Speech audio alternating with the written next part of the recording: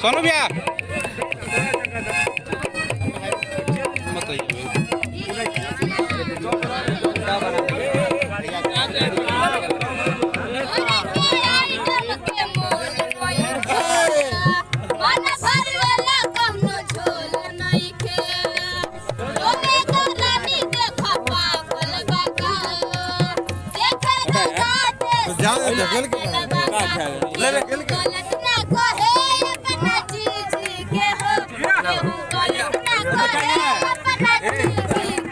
करा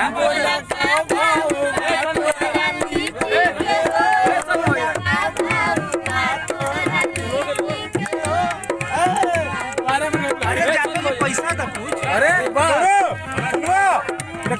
सोनू को बुला अरे ना हमारे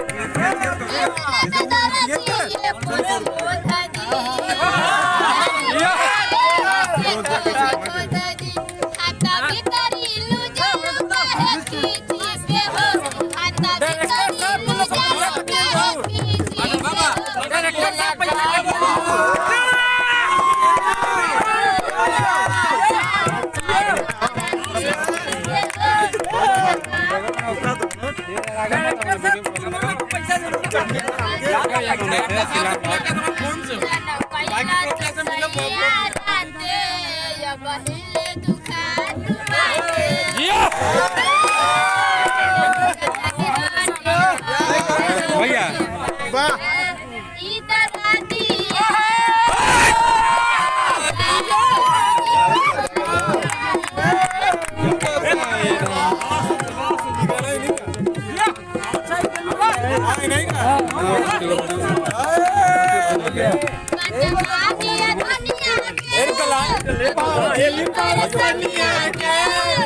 भैया भैया भैया भैया भैया सुनिए जरा बाकी है।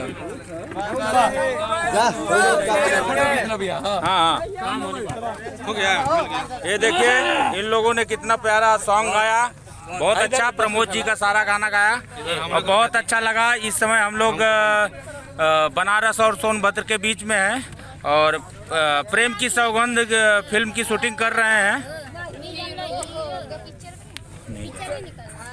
ये देखिए कितने अच्छे इन लोग ने गाया। ये देखिए साथ में जितेंद्र और आपको यहाँ का नज़ारा दिखाता हूँ। ये देखिए ये हमारा टीम है और सब लोग एंजॉय कर रहे हैं। चालू करवाइए।